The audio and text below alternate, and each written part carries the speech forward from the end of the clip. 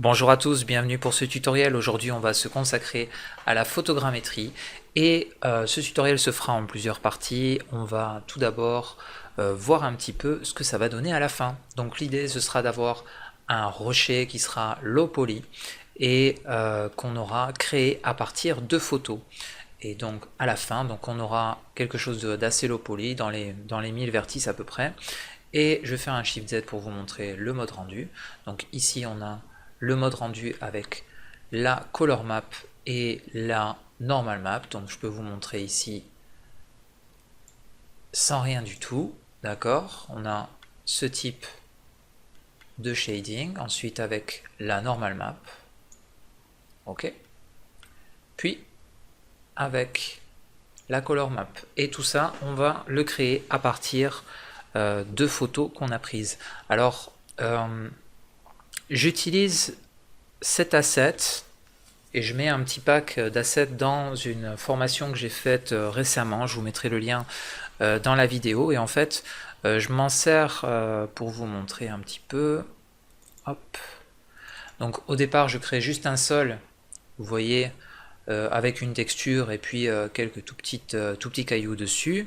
Ensuite, là justement, je rajoute mes rochers. Donc mes rochers qui sont issus de la photogrammétrie, donc de la technique qu'on va utiliser maintenant. Le rocher qui est ici, donc c'est celui qu'on va créer maintenant. Et ensuite, donc je rajoute quelques fougères par-dessus, et c'est à la fin que je mets mon dinosaure dessus. Donc voilà, cette formation sur le dinosaure, vous pourrez la retrouver dans les liens de la vidéo.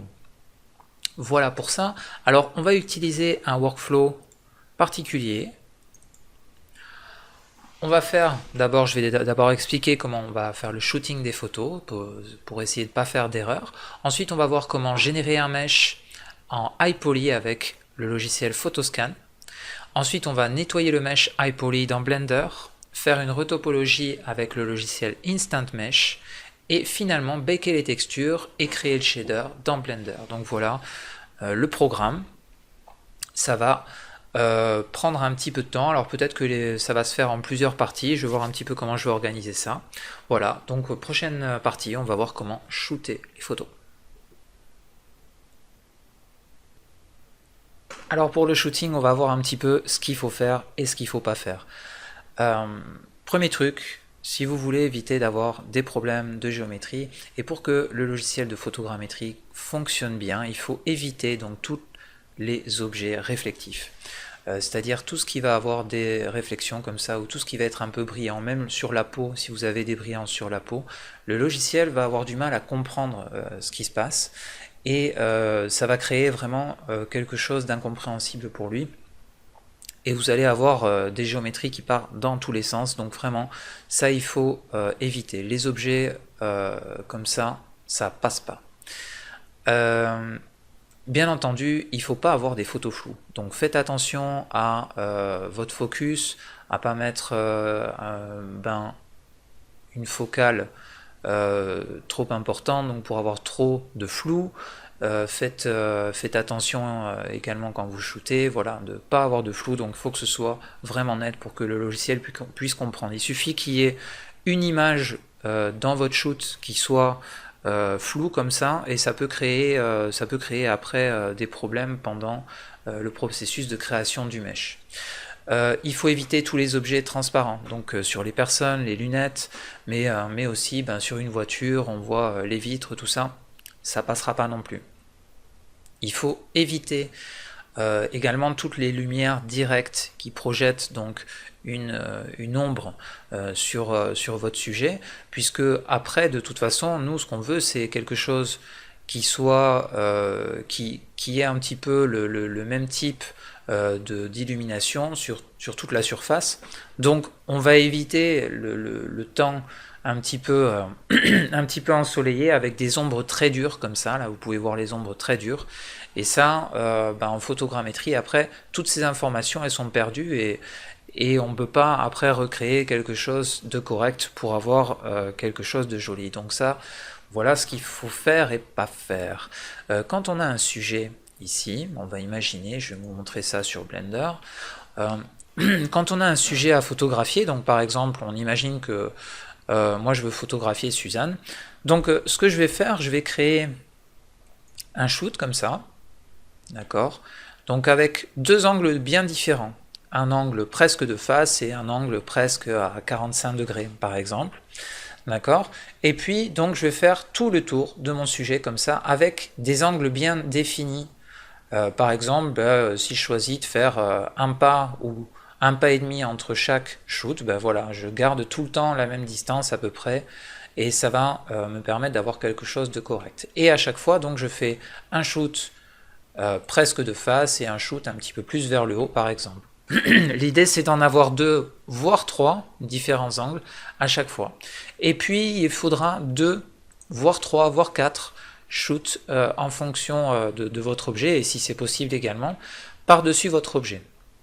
Sinon, toute la géométrie sur le dessus pourra être supprimée ou n'existera pas après dans votre mèche. Donc ça, c'est pour la première possibilité. Vous avez un objet qui est fixe, vous êtes dehors, vous voulez faire votre shooting, vous utilisez cette technique-là. Si jamais vous voulez shooter dedans, et que vous avez ici votre caméra qui est fixe, c'est également possible. Mais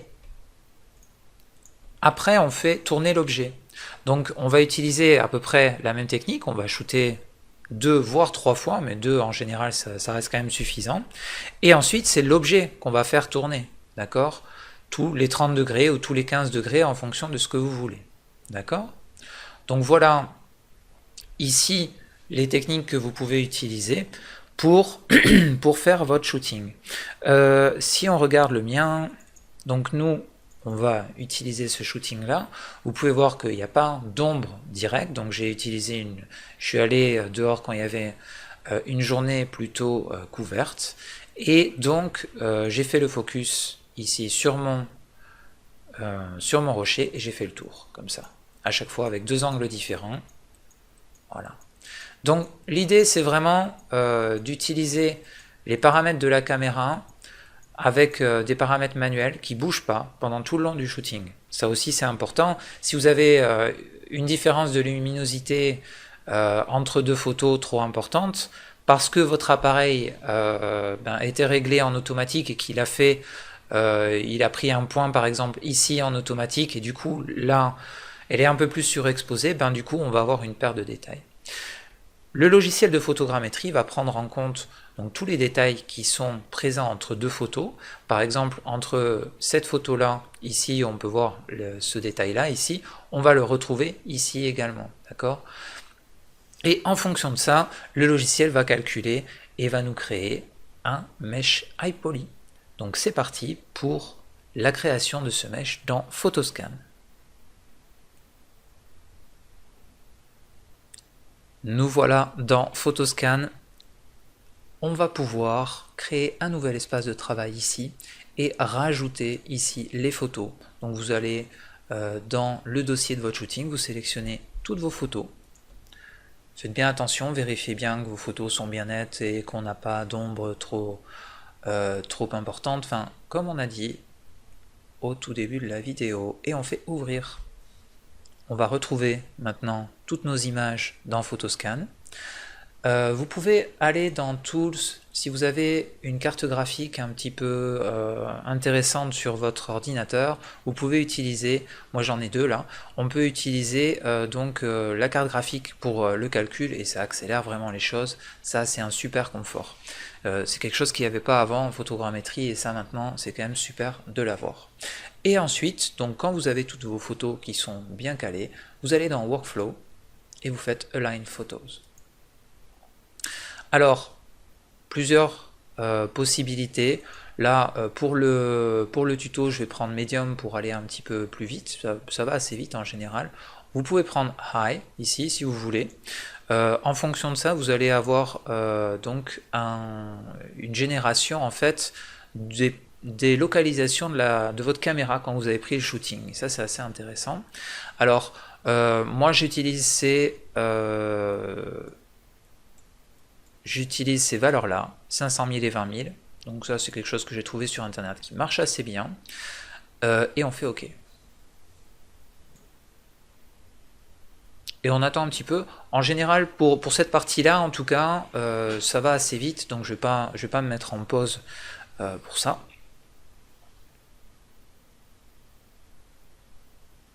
Alors comme je vous le disais, il est possible de masquer également les photos, c'est-à-dire on va pouvoir masquer comme ça tout le tour du rocher, et ça va nous permettre de ne pas générer toute la géométrie qu'il y a autour des photos. Autour du sujet, pardon, donc le gazon et puis tout ce qu'il y a autour. Donc ça, Photoscan va le calculer un petit peu pour rien, ce qui fait que ça, en fait, le masking va vous faire accélérer le processus. Hein, voilà, c'est tout. Donc ici, on se retrouve avec un nuage de points. Et ce qu'on va faire déjà, on va se concentrer sur uniquement la partie du rocher qui nous intéresse. Alors vous pouvez voir qu'il y a une partie de l'environnement qui est là hein, également. Et on voit également donc ici en bleu, toutes les localisations de ma caméra à chaque fois que j'ai fait le shooting. Blum blum blum. Alors, nous ce qui nous intéresse, c'est uniquement cette partie-là. Donc ce qu'on va faire, on va la sélectionner avec ici les options de lasso. Donc je vais partir sur le Freeform Selection, d'accord? Et puis ben, ce que je vais faire, je vais sélectionner uniquement la partie qui m'intéresse moi. A priori, c'est quelque chose qui doit ressembler à ça, d'accord?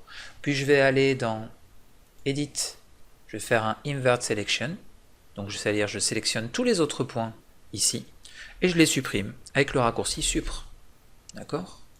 Et là, du coup, je devrais avoir quelque chose de plus utilisable, voilà. Alors, je vais revenir ici dans la navigation, ici, voilà. Alors la navigation, elle est un petit peu particulière parce que l'orientation du mesh n'est pas forcément super bonne, en général, quand ça sort. Alors je vais juste nettoyer un petit peu encore plus toute cette partie-là, voilà, pour avoir quelque chose qui matche bien avec la réalité. Et puis, donc quand j'ai fait mon premier petit nettoyage, je reviens dans Workflow et je fais Build Dense Cloud. Alors là, en fonction de la qualité que vous allez prendre, moi je prends un High ici, et là ça peut prendre un petit peu de temps. Vous gardez les options par défaut ici, et vous faites OK. Et il faut être un peu patient, donc là je vais peut-être me mettre en pause. Et nous revoilà après 5 minutes de calcul, et nous avons ici rien qui a changé, vous allez me dire. Mais non, il suffit d'appuyer sur ce bouton et vous voyez tout de suite que là, on a beaucoup plus d'informations et de détails. Donc, on va faire un petit peu la même chose que ce qu'on a fait pour le premier nuage de points. Et pour ça, on va naviguer un petit peu autour. Hop, voilà, zoomer un petit peu. Très bien. Et on va utiliser encore une fois le lasso pour supprimer toutes les parties qui ne nous intéressent pas.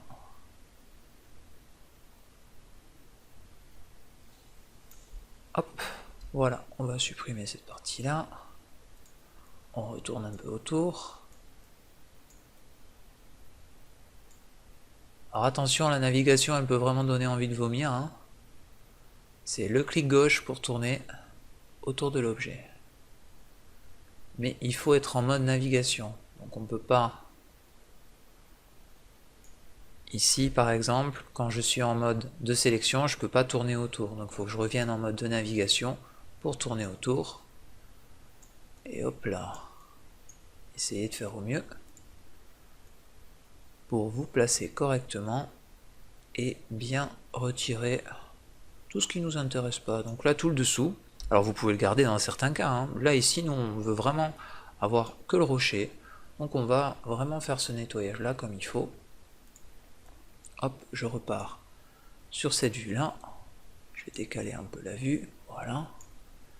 Très bien. On voit aussi qu'on a des points vers le haut de notre rochers qui sont pas forcément utiles, qui ont été générés un peu de manière aléatoire. Ça peut arriver, hein, ça c'est plutôt normal, donc n'hésitez pas à bien nettoyer pour que après la génération du mesh soit correcte. On va revenir ici et faire la même chose pour détourer un petit peu toute cette partie là en haut. Voilà, donc tous ces petits points là ici qui vont être un peu inutiles,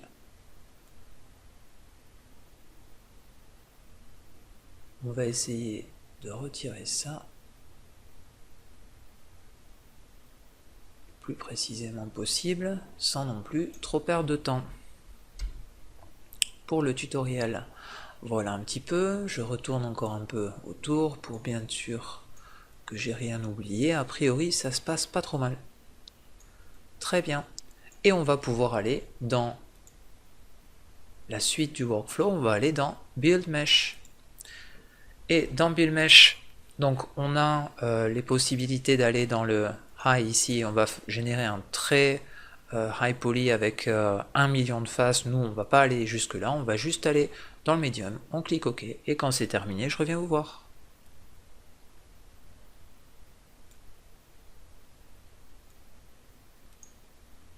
Et nous revoilà juste après le calcul. On peut maintenant afficher notre mesh. Vous voyez le mesh ici.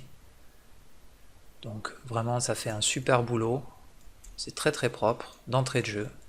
Voilà, ça c'est quand même super avec ce logiciel. Ça marche quand même super bien. Maintenant on va aller dans Workflow une dernière fois et on va faire un build texture.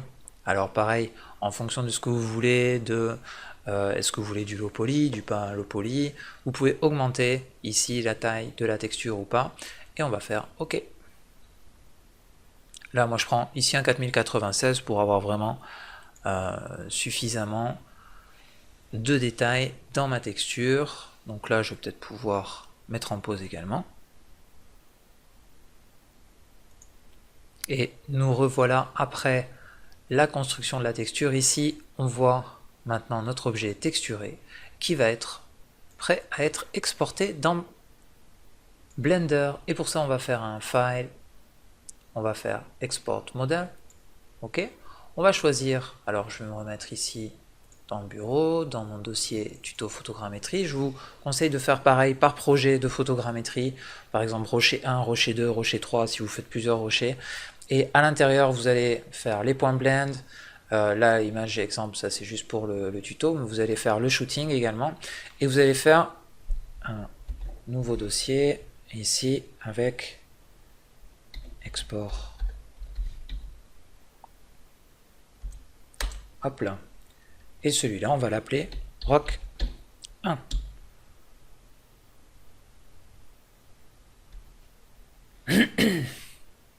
On garde tout par défaut, on fait OK.